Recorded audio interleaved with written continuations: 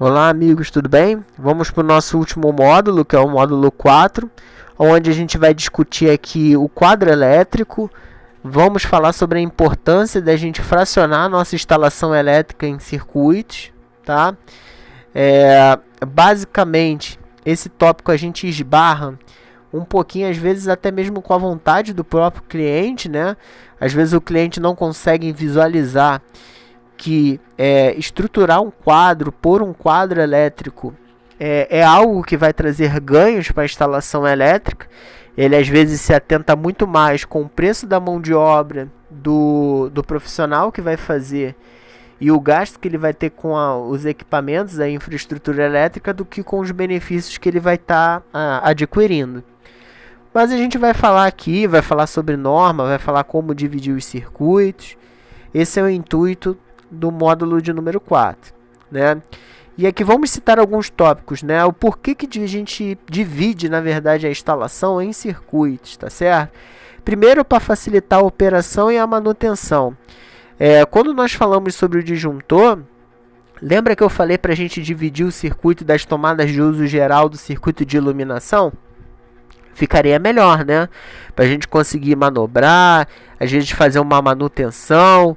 Se existir alguma falha no circuito, você não vai derrubar ele todo, você só vai derrubar uma parte.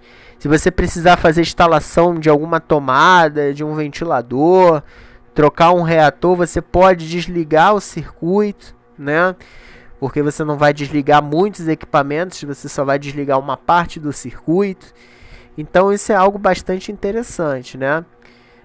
Permitir o seccionamento apenas do circuito defeituoso. Então, se houver algum problema, só uma parcela do circuito vai ficar fora, né?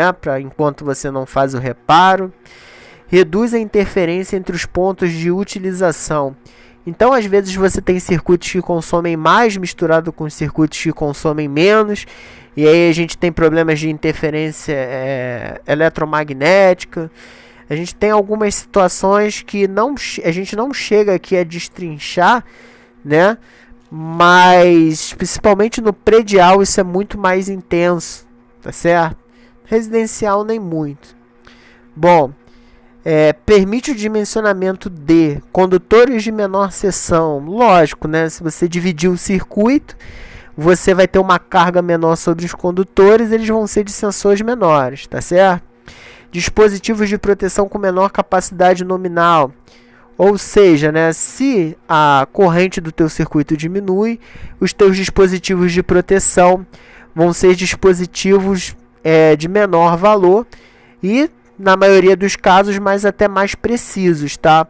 E aí a gente toca na questão também do fator de demanda. Quando você tem circuitos maiores, você vai ter que aplicar demanda.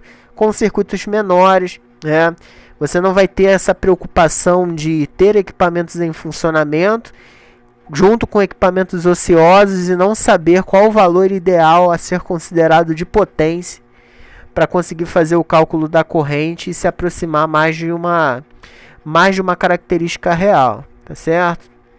Deve-se evitar projetar circuitos terminais muito carregados, né, pois resultaria em condutores de seção muito grande. Então é o que a gente falou. Se você começar a misturar, botar um monte de circuito, você vai ter condutores enormes. E aí você vai ter que mexer nos eletrodutos, vai ter que mexer nos disjuntores.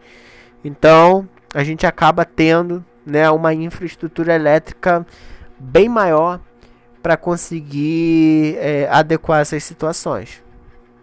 A localização. Algo muito importante a se falar, né? Normalmente é interessante que o quadro ele fique próximo ao medidor e que esse quadro tenha uma localização num local de fácil acesso. Se você tiver que optar por uma coisa ou outra, dê prioridade para o local de fácil acesso, tá certo? Por que pede-se para deixar o quadro próximo ao medidor? Porque existe uma distância entre o medidor e o quadro. E nessa distância você pode ter uma perda de tensão, pode ter uma queda de tensão no cabo. E aí, somada essa queda de tensão com a queda de tensão do trajeto do quadro até o ponto de utilização, até a tomada, até o equipamento, você vai ter mais uma queda de tensão ali. Então, normalmente é feita essa observação. No residencial, como as distâncias são pequenas, né, os cabos eles não têm um longo trajeto a percorrer, essa questão da queda de tensão a gente não precisa se preocupar, tá?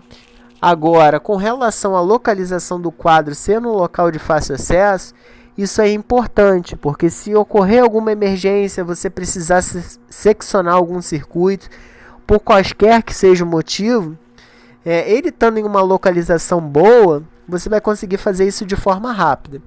E ele tem que estar no local abrigado, né? Um local onde ele não fique exposto e você possa ter outros tipos de problema, né? Aqui, por exemplo, na minha casa, quando eu comprei, o quadro elétrico ele ficava localizado na cozinha, atrás da porta. Era um local de localização ruim, né? E aí eu aproveitei e fiz a instalação dele num hall, né?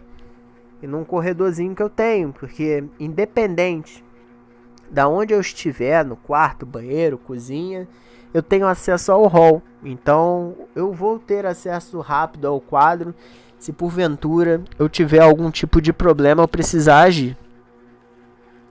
Bom, vamos ver aqui um comentário sobre a NBR 5410, né, no artigo 6.5.9.2.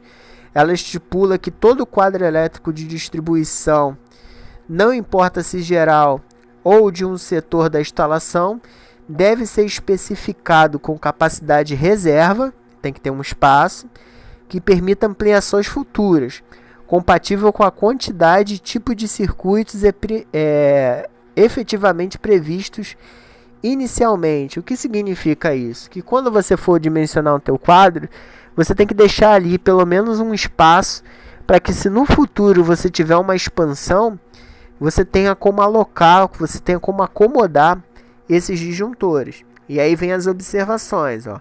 Quadro com até 6 circuitos, você tem que deixar pelo menos o espaço prevendo a utilização de mais 2 circuitos. Quadros com 7 a 12 circuitos, né? Você tem que deixar pelo menos o espaço para 3. Quadros de 13 a 30 circuitos, você tem que prever no mínimo 4. Né? E acima de 30, isso daí no residencial é praticamente impossível, tá? Você vai ter que deixar 15% do valor da quantidade de disjuntores disponíveis. Então, vamos dizer que você tenha 40 disjuntores. Você vai tirar 15% de 40, tá certo? Que no caso daria 6 e você teria que deixar 6 espaços disponíveis para disjuntor. Tá ok? Bom, as recomendações, né? Circuitos distintos para iluminação em tomada. Já havia dito que eles podem ficar juntos, né? Mas é interessante que nós separemos, tá? Aqui uma observação, tá dentro da norma, não é focada no residencial, mas não custa nada a gente citar, né? Para residência, hotel e similar, são permitidos no mesmo circuito, né? Na verdade, essa observação, até peço desculpa agora, eu realmente errei aqui na observação. É uma observação pertinente sim para o residencial, tá? Você pode utilizar circuitos de iluminação e tomadas, tá? Distintos, mas eles podem sim vir no mesmo circuito, tá certo? A exceção é quando a gente trabalha com tomadas de uso geral que estão em áreas consideradas áreas molhadas, né? Copa, cozinha, área de serviço. Existe essa recomendação para que você separe o circuito e aí, no caso, seria interessante você utilizar um DR também, tá? Bom, a gente finalizou o nosso conteúdo, tá ok? Espero que todos tenham gostado das aulas. Caso vocês ainda tenham alguma dúvida sobre os módulos anteriores ou sobre este módulo, vocês podem entrar em contato com a plataforma. Tem lá um campo para você ter acesso ao WhatsApp, tá? Mandem as dúvidas, que aí a gente vai equalizando essas questões, tá certo? No próximo agora a gente vai ter um vídeo fazendo alguns exercícios de fixação, né? Pra gente poder deixar o nosso conhecimento mais lúdico. Espero que vocês tenham gostado e até o próximo curso. Um abraço a todos.